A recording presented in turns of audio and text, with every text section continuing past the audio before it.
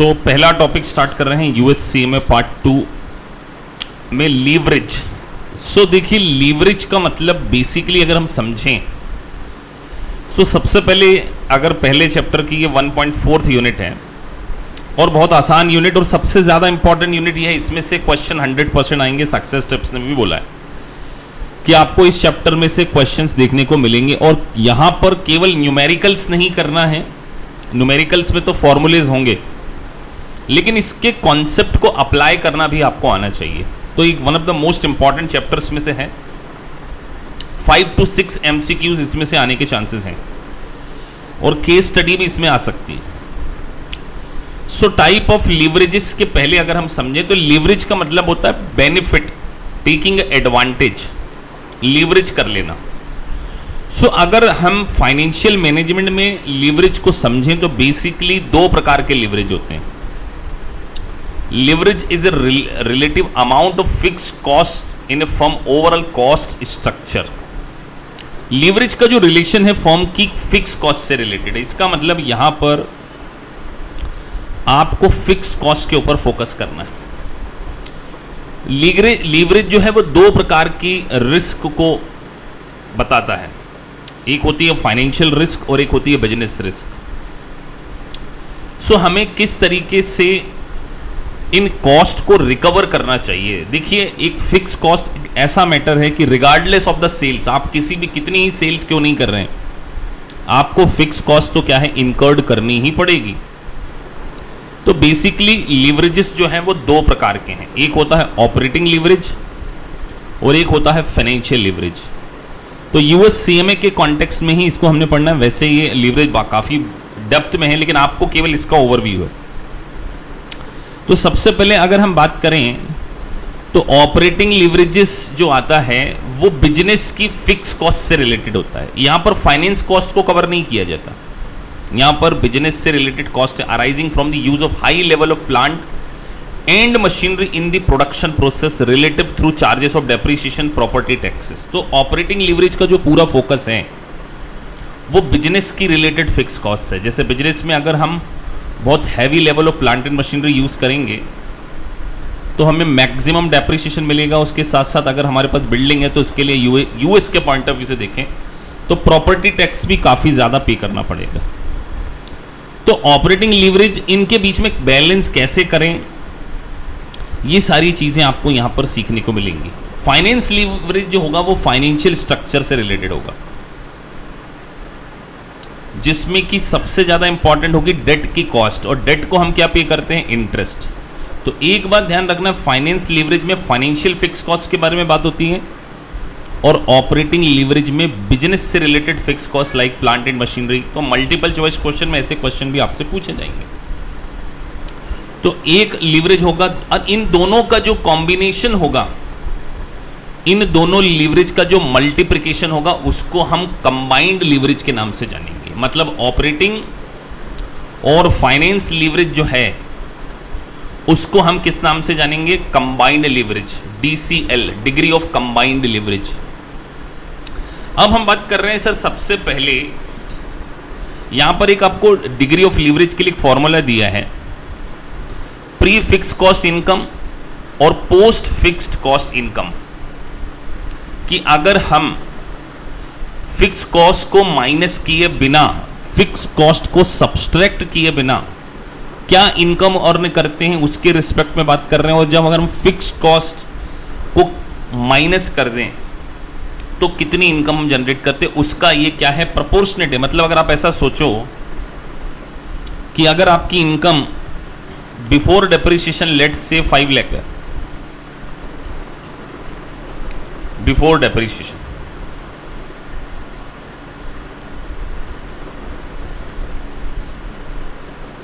और after depreciation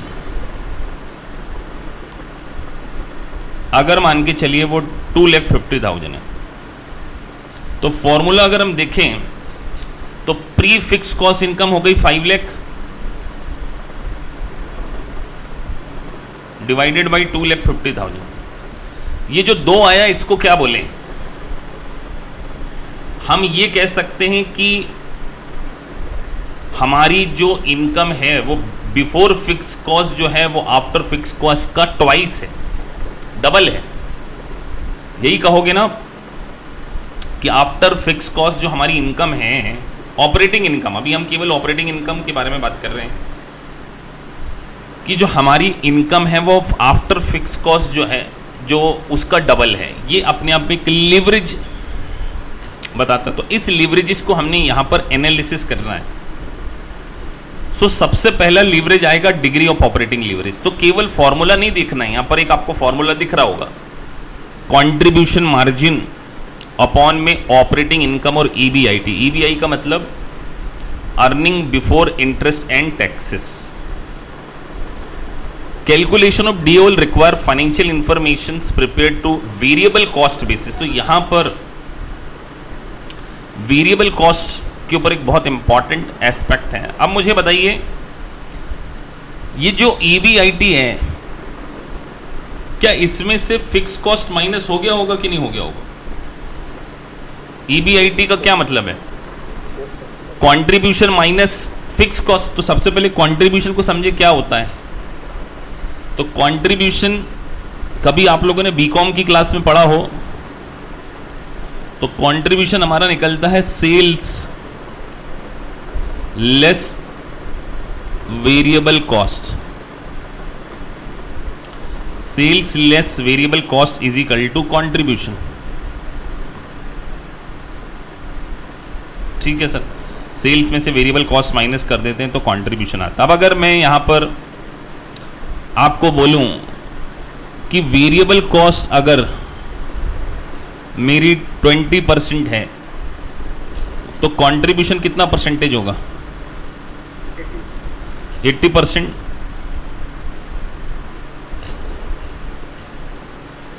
तो ये आपको पता होना चाहिए कि contribution plus variable cost is equal to क्या होता है। Contribution plus variable cost is equal to क्या होगा? सेल्स। तो क्वेश्चन आपको यह बोलना चाह रहा है कि हमें सबसे पहले हमारा जो ऑपरेटिंग लिवरेज है, अभी इसका इंटरप्रिटेशन पूरा करेंगे नीचे एक एग्जांपल के थ्रू। कंट्रीब्यूशन हमें सबसे पहले निकालना है और उसके बाद इस कंट्रीब्यूशन में से अगर हम माइनस कर दें फिक्स कॉस्ट,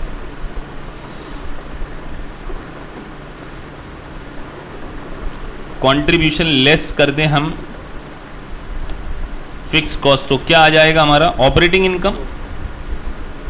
और इसी ऑपरेटिंग इनकम को हम क्या बोलते हैं? ईबीआईटी। यहां पर क्या लिखते हैं? ईबीआईटी। तो अभी तो पहले हम फॉर्मूला समझें, फिर इसका इंटरप्रिटेशन निकालते हैं कि एग्जैक्टली इंटरप्रिटेशन क्या है, उस लॉजिक्स क्या है। तो आपको कंट्रीब्यूशन अपॉन में दिया हुआ है ईबीआईटी। तो मान के चलिए, मैं आपको एक एग्जांपल के थ्रू समझाऊंगा पूरा। इस एग्जांपल को आप समझेंगे तो आपको पूरा इसका लॉजिक भी समझ में आएगा कि ये इंटरप्रिटेशन में क्यों काम आएगा। तो अभी मैं ये लिख रहा हूं सेल्स।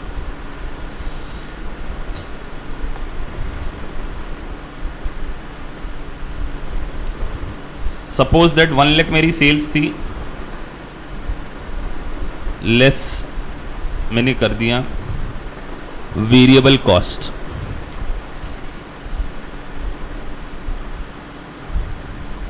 वेरिएबल कॉस्ट 20,000 थी, तो कंट्रीब्यूशन आ गया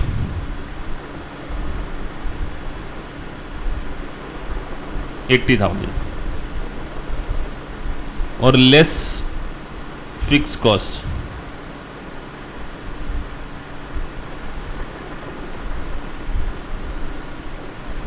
30,000। ये एक काम करते हैं, फिक्स कॉस्ट 40,000 ले लेते हैं। तो मेरा ईबीआईटी आ गया। ईबीआईटी कितना आएगा? 40,000 आएगा ना। चलिए यहाँ पे डिग्री ऑफ ऑपरेटिंग लीवरेज कितना होगा? डीओएल कितना होगा यहाँ पे? तो सर फॉर्मूला लगाया था ना अभी, कंट्रीब्यूशन अपॉन में ईबीआईटी। तो यहाँ कंट्रीब्यूशन लिखा 80,000, ईबीआईटी लिखा 40,000, तो ये दो आ गया है ना। अब मान के चलो मैं अपना सेल को 10% से बढ़ा रहा हूं। अभी मेरा सेल, मान के चलो मैं सेल को 20% से इंक्रीज करता हूं, इंक्रीज कर रहा हूं सेल्स को, तो बताइए मेरा नया EBIT कितना होगा? जरा कैलकुलेट करो आप, मैं देखना चाहता हूं, और जरा चैट बॉक्स में लिखना कि अगर मैंने अपनी सेल्स को 20% से बढ़ाया तो मेरा EBIT क्या होगा। सिर्फ मैं आप लोगों से इतना ही पूछ रहा हूं।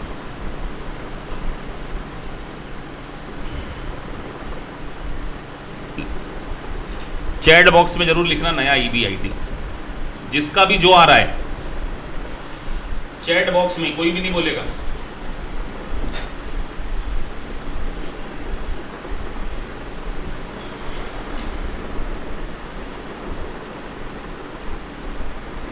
मैंने EBIT पूछा, ये ढाई क्या लिख दिया कबीर? मैंने पूछा EBIT, मैंने क्या पूछा है कि 20% से अगर सेल्स को इंक्रीज करते हैं तो न्यू EBIT क्या है? न्यू EBIT 10 आंसर आना चाहिए एटलीस्ट।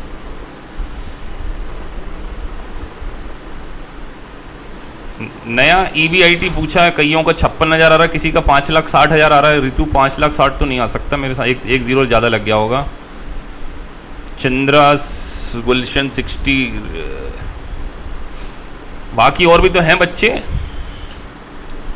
ऋषु का भी आगे नाम देख लूँ कौन कौन है, पता तो चले कौन कितने गहराई में है।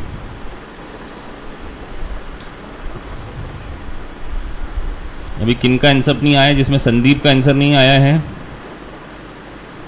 जॉनी का आंसर नहीं आया है, मैं वेट कर रहा हूं आप लोगों के आंसर का। मैंने सिंपल क्वेश्चन पूछा, ज़्यादा कोई टेक्निकल चीज़ नहीं पूछी। मैंने पूछा है आप लोगों से कि EBIT पे क्या इंपैक्ट पड़ेगा अगर आपकी सेल 20% से बढ़ती है। देखते हैं कितने बच्चे कहाँ स्टैंड कर रहे हैं, कौन कहाँ। तो अब चलिए 20% से बढ़ाते हैं सेल को।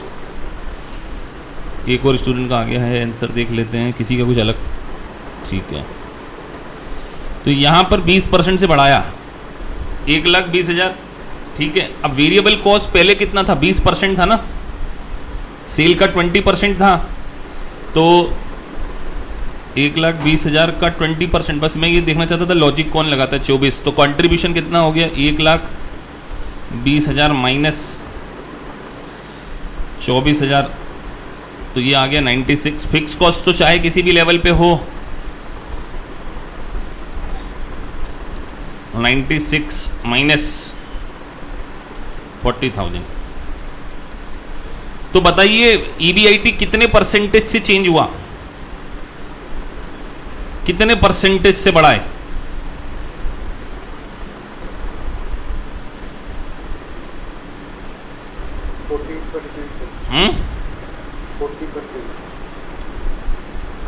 तो सर 40,000 का 40% निकाल के देखो, 16, तो 56,000। ये मानते हो ना? तो DOL ये बताता है कि अगर सेल मेरी 20% से बढ़ी है, और मेरा DOL इस क्वेश्चन में कितना था? पहले कितना था? 2 था ना, तो इसका मतलब मेरा EBIT सीधे 40% से बढ़ जाएगा। MCQ में इतना लंबा नहीं करना पड़ेगा आपको। अगर मैं क्या बोल रहा हूं ध्यान से सुनिए, अगर मेरा DOL 2 है यहां पर, डिग्री ऑफ ऑपरेटिंग, और अगर मेरी सेल में 20% से चेंज आया है, तो percentage change in sales multiply DOL is equal to changes in EBIT। अब अगर एग्जामिनर ने आपको ऐसा ये फॉर्मूला तो लिख के दे दिया, तो हमने प्रूफ कर लिया ना प्रूफ। यहाँ पे 40 का 40, अगर ये 20% से सेल बढ़ाई थी तो उससे मल्टीप्लाई 2 करके हमने 40% से उसको बढ़ा दिया। अब अगर एग्जामिनर आपको ऐसा दे दे कि EBIT मेरा 75,000 है, earning before interest and tax मेरा 75,000 है, और मेरा DOL 5 है,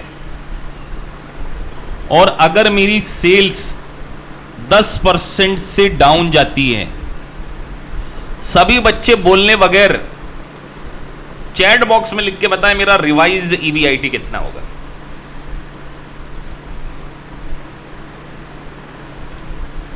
मल्टीपल चॉइस क्वेश्चन आपको एग्जाम में ऐसे ही मिलेंगे। अगर EBIT 75 है, DOL 5 है और मेरी सेल 10% से डाउन हो गई है,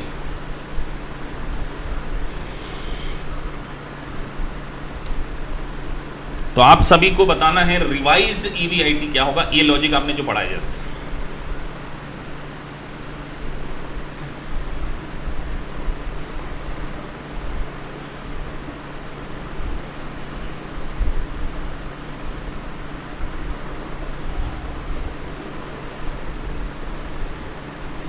आठ आंसर चाहिए मुझे बच्चों से, 8।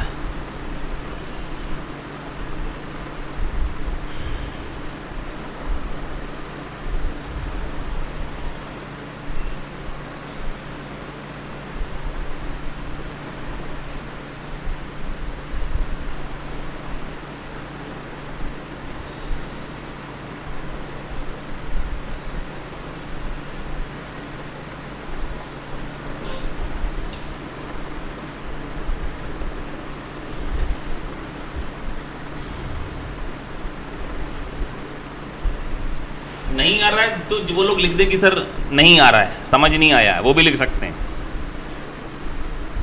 मैंने यहां पे पूछा है रिवाइज्ड EBIT, तो रिवाइज्ड EBIT मतलब नया नया EBIT। जिसको नहीं समझ में आ रहा वो लिख दे डिडंट गेट, ये लिख दो। मेरे को ये तो समझ में आया कि किसको समझ में आ रहा, जिसको नहीं समझ में आ रहा वो भी अपना नाम जरूर लिखे।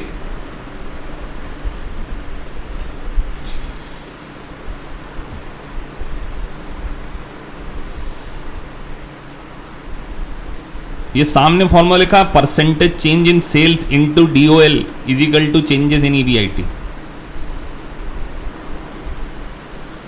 तो बताइए यहां पर EBIT कितना, बाकी लिखो तो सही, नहीं समझ में आ रहा तो ये लिखो, नो नो तो लिखो, मैं नाम तो देखूं।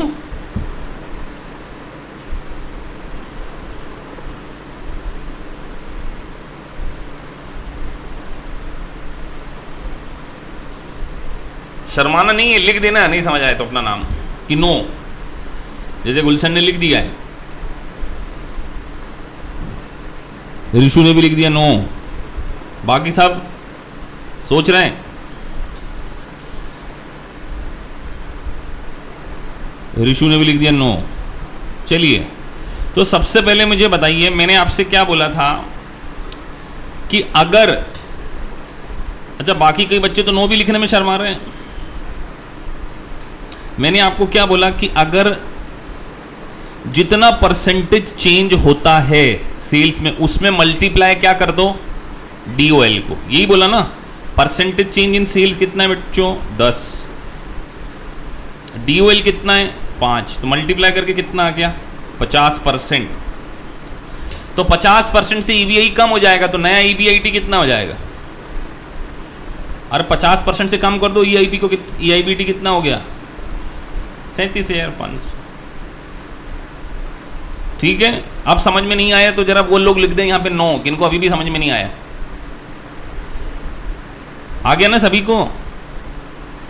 चलिए, अगर आप लोगों को समझ में आ गया है तो चेक करते हैं। EBIT अगेन 1 लाख है, और यहां पे आपको PV रेशो गिवन है 40%।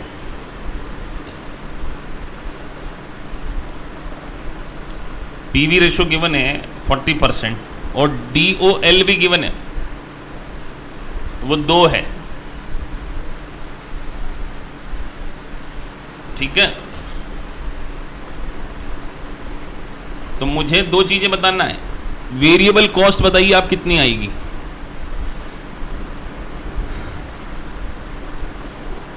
बस लिख देना है वहां पे, एग्जाम में ऐसे क्वेश्चन आएंगे।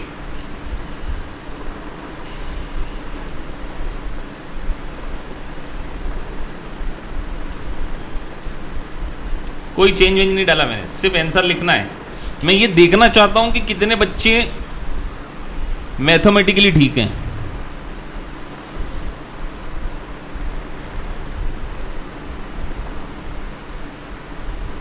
और जिनको नहीं आ रहा है वो नो लिख दें, नो लिखने में नहीं शर्माना है।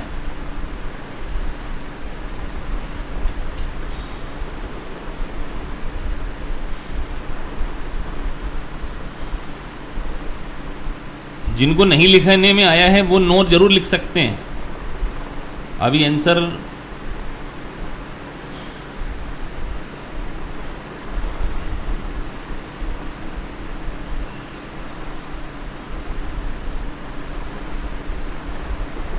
चलिए, तो यहां पे हम करते हैं। अभी हमने DOL का फॉर्मूला क्या सीखा? DOL is equal to contribution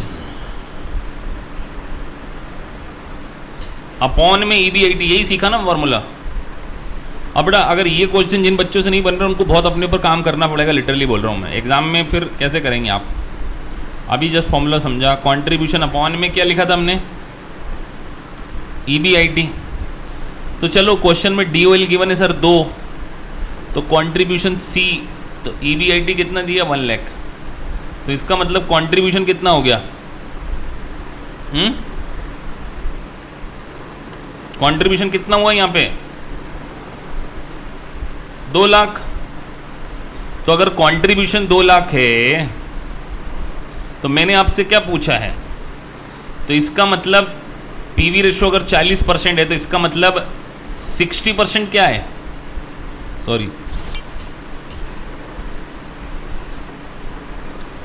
40% अगर PV रेशो को ही कंट्रीब्यूशन का रेशो बोलते हैं, तो इसका मतलब वेरिएबल कॉस्ट 60% है, ठीक है ना? तो बेटा वेरिएबल कॉस्ट अगर 60% है, ये कितना है? 40%। तो एक काम करते हैं, इसको पहले 100% में बदल देते हैं। 2 लाख का 40%, ये क्या आ गई? ये क्या आई है? सेल्स। ये क्या आई है? और इसका 60%, तो 3 लाख। किसी का था आंसर 3 लाख?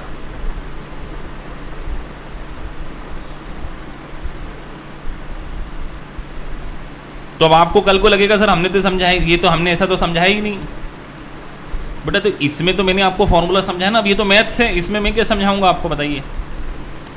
अब आपको ये पता होना चाहिए कंट्रीब्यूशन का ratio is equal to PV ratio. और मैंने एक YouTube पे वीडियो भी भेजा था कि बेसिक्स ऑफ मार्जिनल कॉस्टिंग, तो कुछ बच्चों ने बोला था सर इसका तो कोई रिलेवेंस नहीं है उसमें।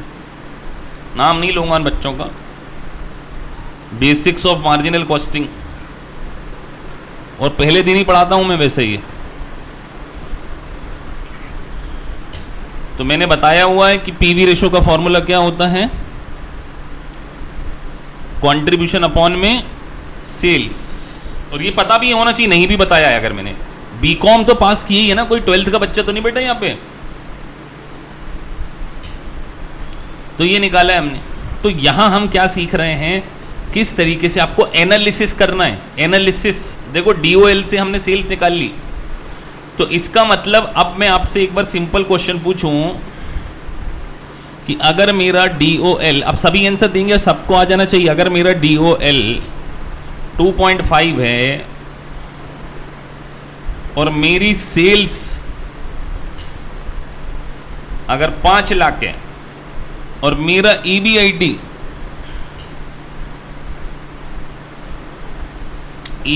अगर मान के चलिए मेरा 1 लाख है, देखो मैं कंफ्यूज करने की कोशिश करूंगा, और मान के चलिए मैंने जो चेंज करी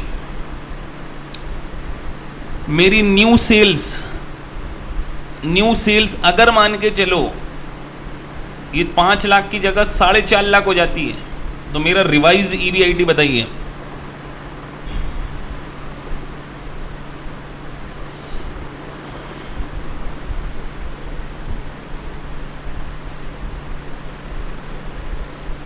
मैंने ये लिख दिया न्यू सेल्स, ये लास्ट ईयर की पोजीशन थी ये करंट ईयर की पोजीशन है, मतलब मैंने करंट ईयर में कुछ चेंज किया होगा तो मेरी सेल्स क्या हो गई है,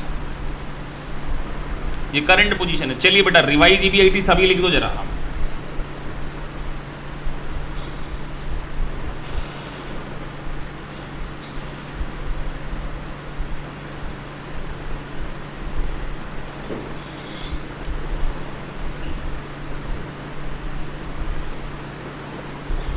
अपने को मार्केटिंग टिप्स में नहीं आना है कि 5 महीने में सीएमए हो जाता है, लॉजिक करो से पढ़ोगे तभी सीएमए होगा। जल्दबाजी नहीं है, 2 महीने डिले बन जाओ लेकिन लॉजिक से पढ़ के आराम से। 75,000 कई बच्चों का आंसर आया है।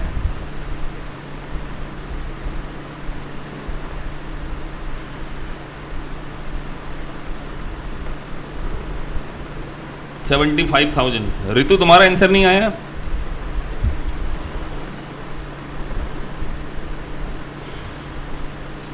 गुलशन तुमने भी आंसर नहीं दिया है।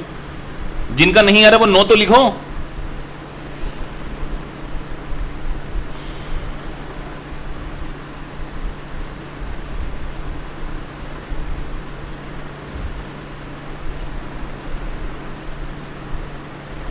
जिनका आंसर नहीं आ रहा है वो नो लिखें, तभी तो हम आगे बढ़ेंगे।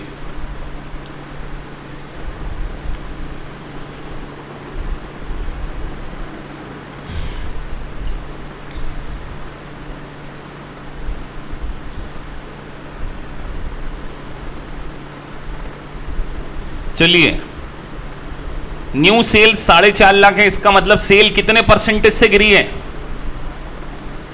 जिन्होंने आंसर दिया उनके साथ वो बोल रहे हैं, उनमें से कोई एक। 10% से। सर 5 लाख थी 4.5 लाख हो गई, मतलब 10% से डाउन हुई है यहाँ पे। तो अगर 10% से सेल्स डाउन आई है तो ईबीआईटी में उसमें का मल्टीप्लाई कर दे 2.5, तो ईबीआईटी 25% से गिरेगा। तो 25% से गिरेगा तो 1 लाख का 25% कम कर दो तो रिवाइज ईबीआईटी कितना होगी? तो ये है लॉजिक। इस तरीके से आपको क्या करना है, एनालिसिस करना होगा और क्वेश्चन को बहुत माइन्यूटली क्या करना होगा, ऑब्जर्व करना होगा। तो परसेंटेज चेंज अगर हम सेल्स में करते हैं तो उतना टाइम्स हम क्या करेंगे, ईबीआईटी में हमारा चेंज आ जाएगा। तो आपको degree of operating leverage various level पे बताया जा रहा है कि ये 100 यूनिट बेचते थे, 250 यूनिट बेचते थे, 500 यूनिट सेल करते थे, 750 यूनिट सेल करते थे। तो डिफरेंट लेवल पर मेरे सबसे पहले डिग्री ऑफ ऑपरेटिंग लीवरेज मुझे बताए गए, और डिग्री ऑफ ऑपरेटिंग लीवरेज को हमने भी परसेंटेज में लॉजिक से समझा। इस फॉर्मूले की जगह हमने इसको क्या समझा है, percentage change in operating income. एक और फॉर्मूला हो गया है यहाँ पर, percentage change in operating income divided by percentage change in sales is equal to percentage change in, ये चेंज है ना, इसको चेंज बोलते हैं, सब पता है ना सबको? Yes sir. तो परसेंटेज चेंज इन ड्यूअल। तो इस फॉर्मूले से भी हम क्या कर सकते हैं, डिग्री ऑफ ऑपरेटिंग लीवरेज को निकाल सकते हैं। तो उसके लिए आपको कंट्रीब्यूशन निकालते आना चाहिए, न्यूमरेटर के डिनोमिनेटर के लॉजिक आना चाहिए। अब आपको ऑपरेटिंग लीवरेज के साथ साथ ये भी पता होना चाहिए कि सीओजीएस, ये क्वेश्चन में आपको सीओजीएस दिया है, COGS sales minus cost of goods sold is equal to gross profit. सब बीकॉम और 12th पास है, सबको पता है ग्रॉस प्रॉफिट आना चाहिए। फिर उसके बाद सेलिंग एडमिनिस्ट्रेटिव एक्सपेंसेस माइनस किए तो ऑपरेटिंग इनकम आ गया, other income and losses minus किए तो ईबीआईटी आ गया, और ईबीआईटी से इंटरेस्ट माइनस करते हैं तो अर्निंग बिफोर टैक्स आता है, उसमें से टैक्स माइनस कर दिया तो नेट इनकम। तो इस तरीके से अपने को डीओएल, ये करंट ईयर है और ये प्रायर ईयर है। तो हमने ऊपर फॉर्मूला क्या पढ़ा है परसेंटेज चेंज का, परसेंटेज चेंजेस इन ईबीआईटी। तो यहां पर परसेंटेज चेंज इन ईबीआईटी कितना हो रहा है, कैसे निकालोगे परसेंटेज चेंज इन ईबीआईटी, कैसे पता करेंगे? 1.5 लाख से कितना हो गया, और सॉरी प्रायर ईयर 1.25 है, 1.25 से 1.5 लाख हो गया, कितना परसेंटेज बढ़ा है?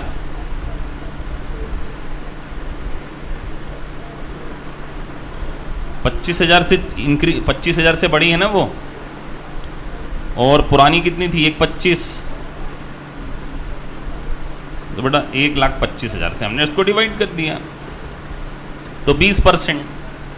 तो ये परसेंटेज आ गया। और उसके बाद दूसरा फार्मूला क्या था, परसेंटेज इन सेल्स। तो परसेंटेज इन सेल्स कितना है, वो यहाँ निकाला गया 28 पॉइंट। तो उसको उससे डिवाइड कर देंगे तो डिग्री ऑफ ऑपरेटिंग लीवरेज आ जाएगा। और उसका लॉजिक भी मैंने आपको ऊपर बताया। मैंने केवल आपको ये फॉर्मूला नहीं समझाया, पहले मैंने एक फॉर्मेट बनाया था ना, ये देखो ये ऊपर मैंने आपको फॉर्मेट बना के समझाया था कि अगर 20% इंक्रीज करते हैं,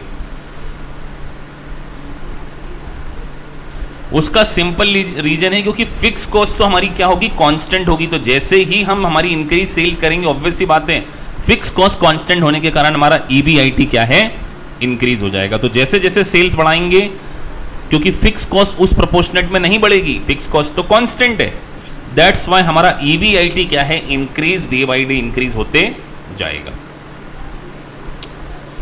सो आगे बढ़ते हैं। अगला लीवरेज है जिसका नाम है डीएफएल। तो डीएफएल का फॉर्मूला बिल्कुल सिंपल है, earning before interest and taxes और divided by earning before tax. तो अर्निंग बिफोर टैक्स निकालने के लिए अर्निंग बिफोर टैक्स को अगर हम यहां पर चेंज करें, अर्निंग बिफोर टैक्स निकालने के लिए हमने इसमें से क्या माइनस किया होगा, इंटरेस्ट माइनस किया होगा केवल। तो अब अगर हम यहां पर फॉर्मूले के रूप में देखें, तो अगर मान के चलो मैं इसी क्वेश्चन में जो मैंने आपको यहां बताया था,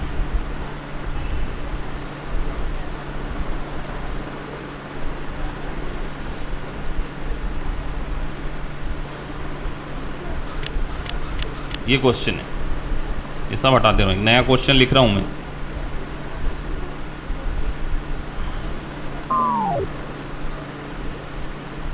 अब ध्यान देना, मैंने क्या बोला, DFL, degree of financial leverage.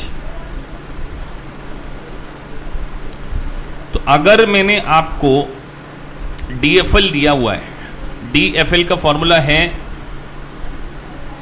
EBIT upon EBT, यही फॉर्मूला है।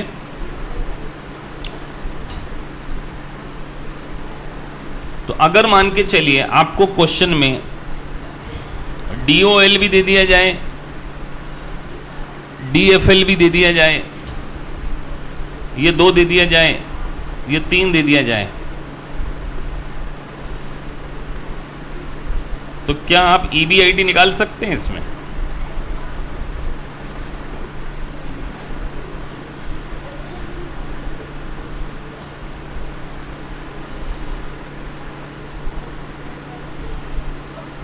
और अगर कंट्रीब्यूशन दे दिया जाए,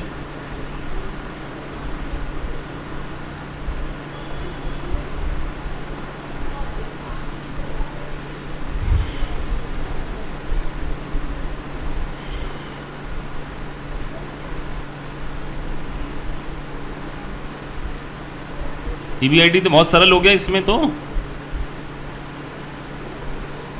ऐसे क्वेश्चन में मत उलझ जाना।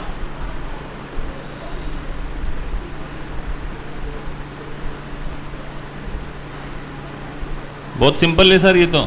डीओएल का फॉर्मूला ही क्या था, कंट्रीब्यूशन अपॉन ईबीआईटी, है ना। तो मुझे बताइए इंटरेस्ट कितना होगा। चलिए अगला क्वेश्चन मैंने ये पूछना था आपसे पहले, इंटरेस्ट कितना निकालेंगे ये भी बताना है आपने।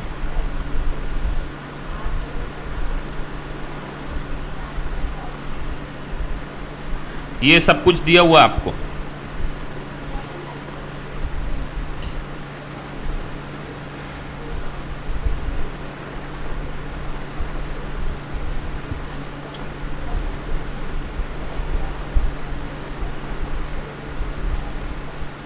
सोलह 16,666 16,667 निकाला है। बाकी कोई स्टूडेंट और?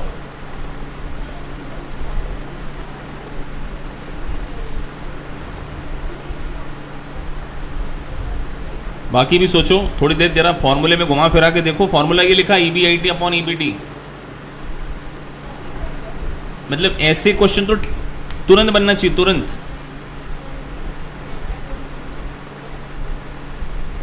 जिनसे नहीं निकल रहा वो नो भी लिखो जरा। अच्छा, कई लोग नो भी नहीं लिख रहे इस चक्कर में। बेटा दूसरों का देख के लिख दो, नहीं लिखने पा रहे नो तो जो बच्चे नो नहीं लिख पा रहे वो कम से कम दूसरों का आंसर देख के लिख दो। प्राइवेट चैट में थोड़ी लिख रहे हो, पब्लिक में लिख रहे हो ना। सर अभी हमने यहाँ पे फॉर्मूला समझा DFL EBIT, तो हमारा EBIT निकल चुका है। EBIT कितना निकला? अगर DOL 2 है, कंट्रीब्यूशन अगर 50,000 है, तो सर सबसे पहले जिन बच्चों का नहीं आया है, DOL इजिकल टू हमारा फॉर्मूला था कंट्रीब्यूशन अपॉन में EBIT।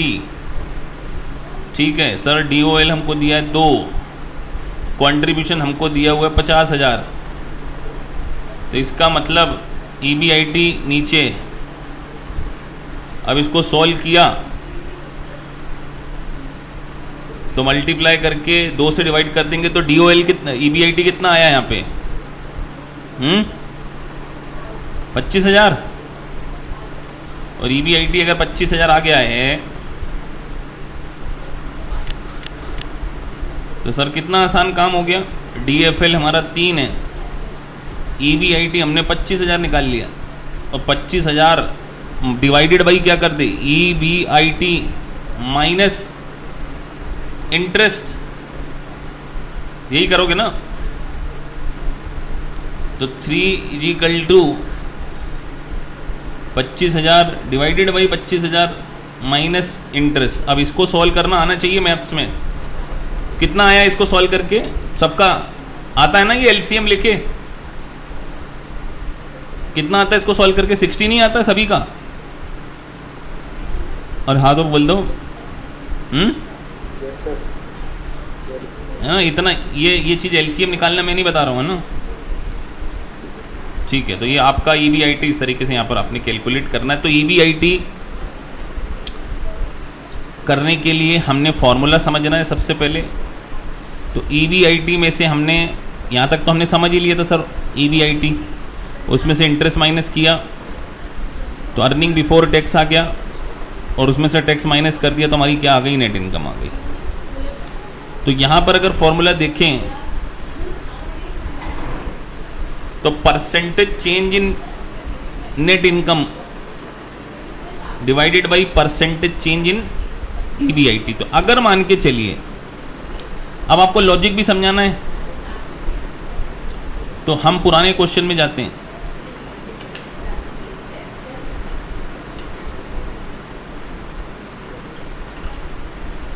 अब ध्यान से समझना, DFL वाले पार्ट पे हैं हम।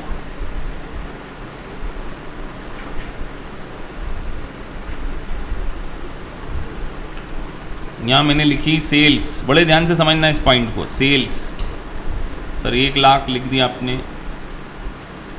वेरिएबल कॉस्ट मैंने लिख दी यहाँ पे 50,000, तो ये आ गया कंट्रीब्यूशन।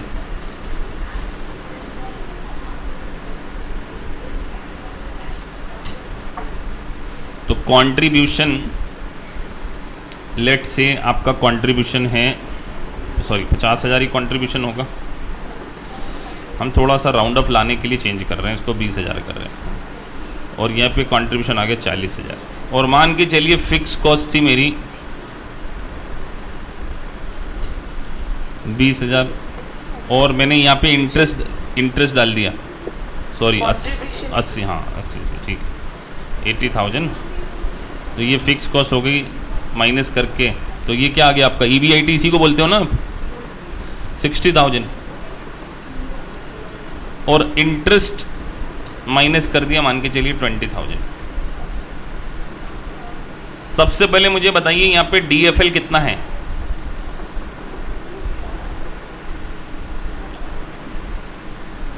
दस कर देता हूं 1 सेकंड ताकि राउंड फिगर में आ जाए। DFL कितना है?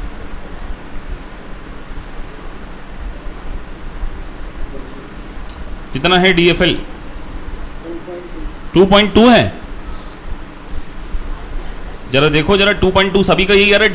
DFL का फॉर्मूला क्या पढ़ा है हमने अभी? EBIT upon EBT।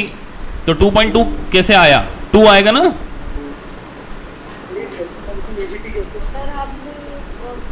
Okay okay okay okay okay okay okay okay okay, मैं इसको कर देता हूँ अब, ठीक है ना। DFL2 है, सबको समझ में आ गया ना, 60,000 डिवाइडेड बाई 30,000। अब मान के चलो,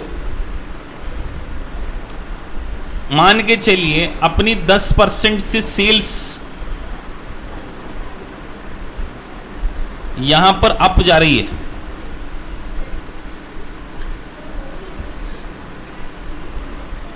अपवर्ड ट्रेंड है, बताइए नया। तो यहां पर फॉर्मूला देखो, तो सबसे पहले देखिए नई ईबीटी कितनी होगी, जरा निकालना। नया वाला ईबीटी निकालो। तो सर सेल्स बढ़ गई 10% से या 20% से ले लेते हैं ना, 20% थोड़ा राउंड फिगर बैठ जाए ताकि 20% से ले लेते हैं। ये हो गई 1,20,000, 20% वेरिएबल कॉस्ट थी तो ये हो गई 24,000, 96। फिक्स कॉस्ट तो सेम रहेगी। इसके बाद ये कितना हो गया EBIT यहाँ पे 76। इंटरेस्ट तो वही है 30,000। ये कितना हो गया 76 माइनस 30, 46। तो कितना परसेंटेज चेंज आया। तो यहां पर सबसे पहले आप देखो वो क्या बोल रहे हैं, परसेंटेज चेंज इन net income into percentage change इन EBIT। तो कितना परसेंटेज चेंज हो रहा है, देखो जरा EBT में कितना चेंज हो रहा है। 40% हो रहा है कि नहीं हो रहा है, कितना हो रहा है।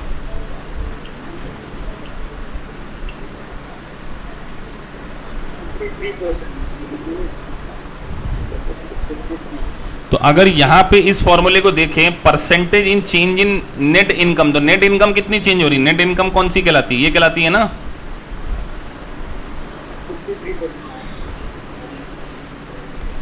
ये 53% है।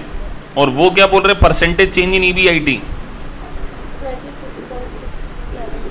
26%। तो अप्रोक्सीमेटली डबल हो गया कि नहीं हो गया उसका, क्योंकि DFL। तो इसका मतलब अगर सर हम यहां पर अगर EBT को जितना बढ़ाएंगे उसका डबल क्या बढ़ेगा हमारा, EBT बढ़ेगा कि नहीं बढ़ेगा अगर हमारा DFL 2 है तो इस तरीके से आपको इसमें भी क्या करना पड़ेगा, एनालिसिस करना पड़ेगा। तो फॉर्मूला क्या है, percentage change in net income divided by percentage. तो यहां पर मेजर इंपैक्ट किसके ऊपर है, नेट इनकम और EBIT के ऊपर है पूरा फोकस। क्योंकि फिक्स कॉस्ट ये जो है ना आपकी फिक्स कॉस्ट है, ये वाली ये फिक्स्ड फाइनेंस कॉस्ट है, this is your fixed finance cost. तो इसका जस्ट डबल हो गया यहां पे चेंज।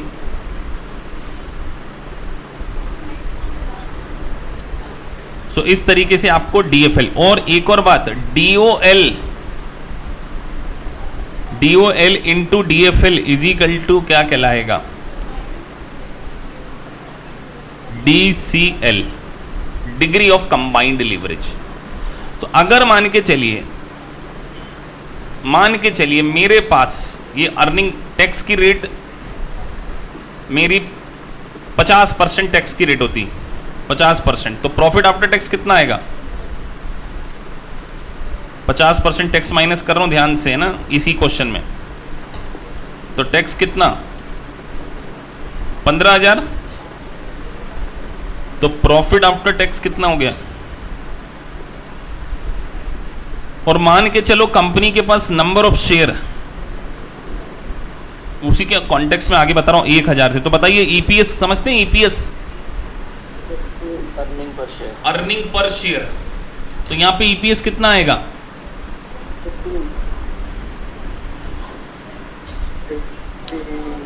तो यहां पे आ जाएगा आपका 15। ठीक है ना। अब मैं यहां से, चलो इस क्वेश्चन में जरा DCL बताओ कितना होगा। इस क्वेश्चन में DCL, degree of combined leverage, दोनों का कंबाइंड, इस क्वेश्चन में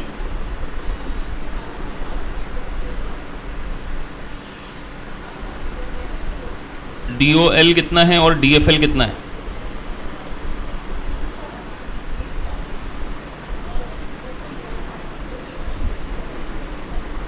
तो सर अभी तो पढ़ा हमने DOL 1.3 और DFL 2, इन दोनों का मल्टीप्लाई 5.2।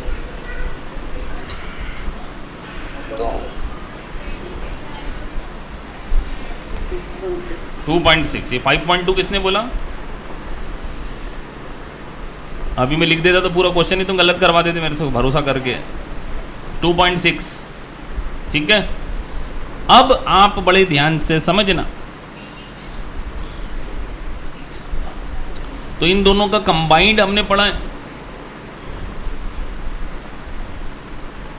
इन दोनों का कॉम्बिनेशन जिसको हम क्या बोलते हैं DCL।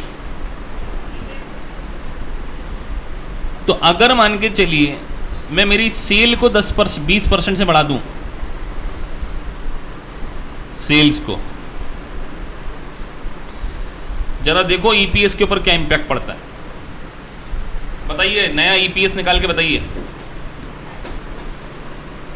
थोड़ा डिटेल चला गया हूं मैं बस, लेकिन कई बार आपको EPS निकालने की जरूरत पड़ सकती है। ये तो DSL बताया हमने।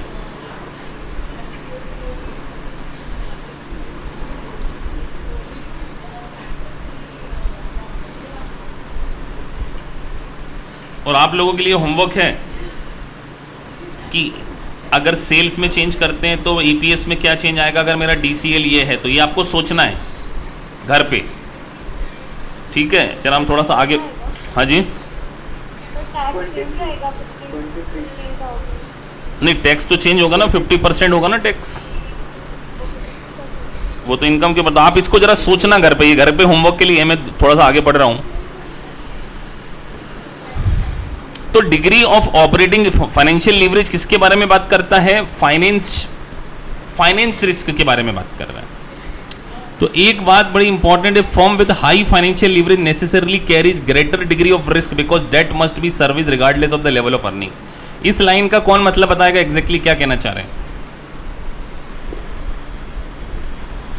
If firm have a high leverage, high financial leverage necessary carry greater degree of risk. MCQ में पूछेंगे आपसे वो। इफ फर्म विथ हाई, हाँ, जिस फर्म के फाइनेंशियल लीवरेज हाई होगी उसका रिस्क हाई होगा, इंटरेस्ट। हाँ, इंटरेस्ट कॉस्ट की बिल्कुल ठीक बोला आपने कि जिस फर्म का degree of finance leverage high होगा वहां पर डेट भी ज्यादा होगी।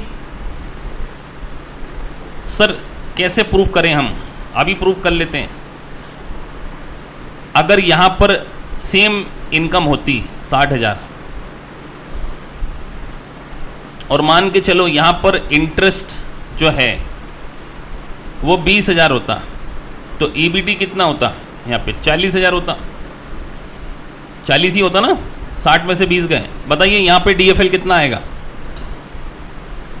60,000 डिवाइडेड बाई EBT कितना 40,000, तो यहाँ पे 1.5 आया है DFL। तो बताइए यहाँ पे इस दोनों सिचुएशन में कौन सा DFL ज्यादा था। यहाँ का DFL ज्यादा था ना,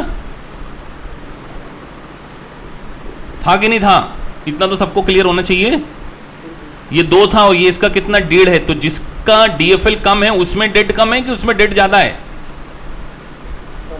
उसमें कम है। सर कम कैसे पता चला। अगर इंटरेस्ट कम पे किया इसका मतलब डेट कम है ना यहाँ पे, तभी तो हमने इंटरेस्ट कम पे किया है।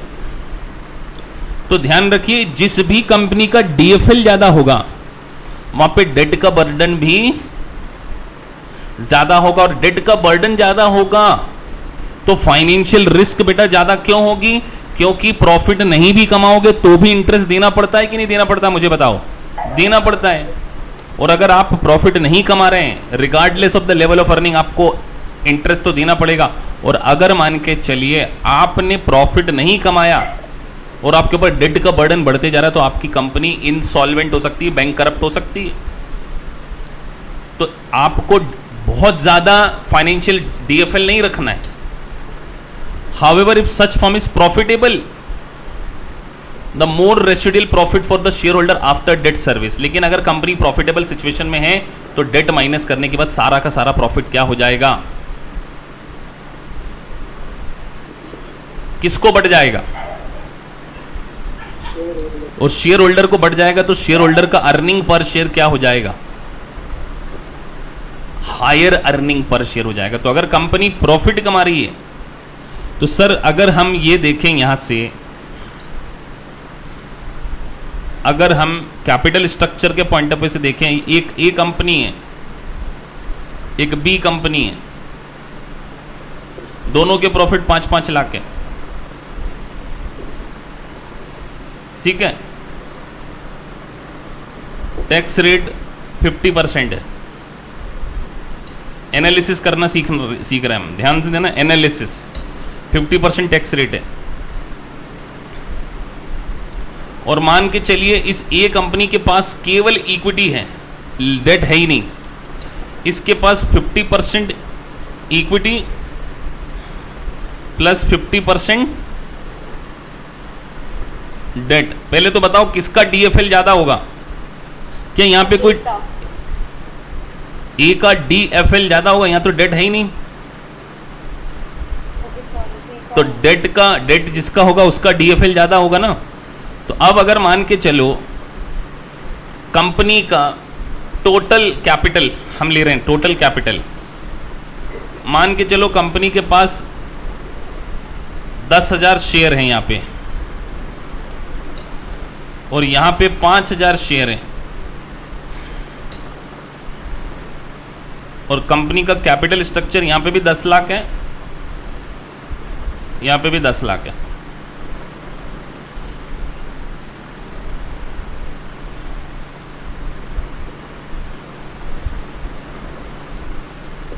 ये कैपिटल स्ट्रक्चर है ना, तो इसमें डेट कितना होगा जल्दी बताओ?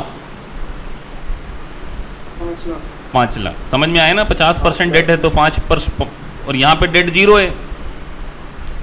और मान के चलो हम डेट को देते हैं 10% इंटरेस्ट देते हैं। जरा दोनों कंपनी का ईपीएस निकाल के बताओ। अगर यहां पर 10 लाख में जो शेयर हैं, यहां पे कितने शेयर? अगर मान के चलो एक शेयर 100 रुपए का, तो यहां पे कितने शेयर होंगे? नंबर ऑफ शेयर बताओ यहां पे कितने होंगे?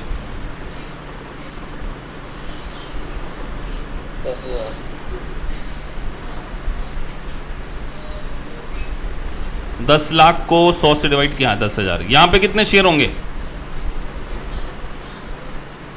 5,000। जरा दोनों केस में ईपीएस निकालो, निकालो, आप लोगों को ही कैलकुलेट करना है। तो सबसे पहले हम लिखते हैं नेट प्रॉफिट, दोनों केस में लिखते हैं नेट प्रॉफिट बिफोर इंटरेस्ट लिख देते हैं। अभी बिफोर इंटरेस्ट कितना कितना दिया है मैंने? ये 5-5 लाख दिया, ईबीआईटी है ना, ठीक है। ईबीआईटी 5-5 लाख है, ध्यान से समझना बेटा, ये लॉजिक्स बता रहे हैं आपको। 5 लाख,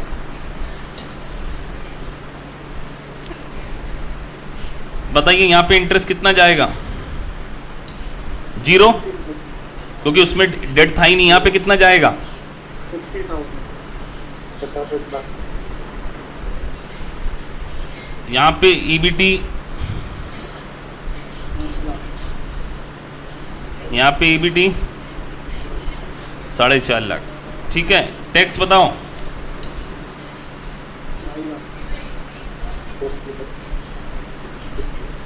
ठीक है।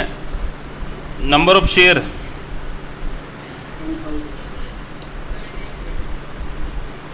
तो ईपीएस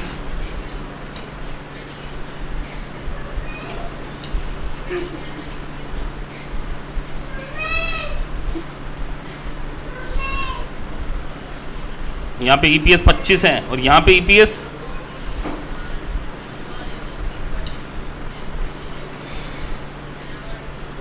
तो डेट होने के बावजूद भी ईपीएस क्यों बढ़ गया है? क्योंकि हमको डेट के कारण फायदा हो जाता अगर हम प्रॉफिट कमा रहे हैं।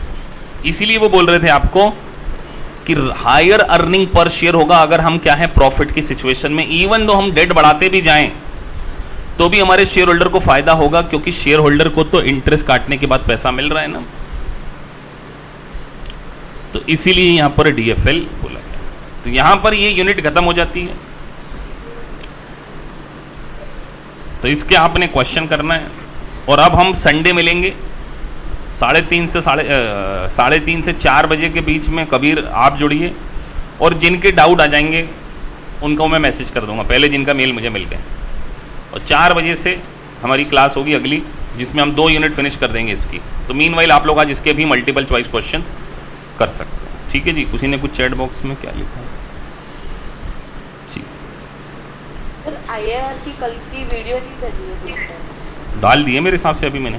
हाँ आईआरआर वाले पार्ट की रहती है, वो हाँ। कल वाले की डल गई। हाँ वो मैं डाल देता हूँ बेटा, अभी डाल देता हूँ, है ना। चलिए तो हम मिलते हैं संडे।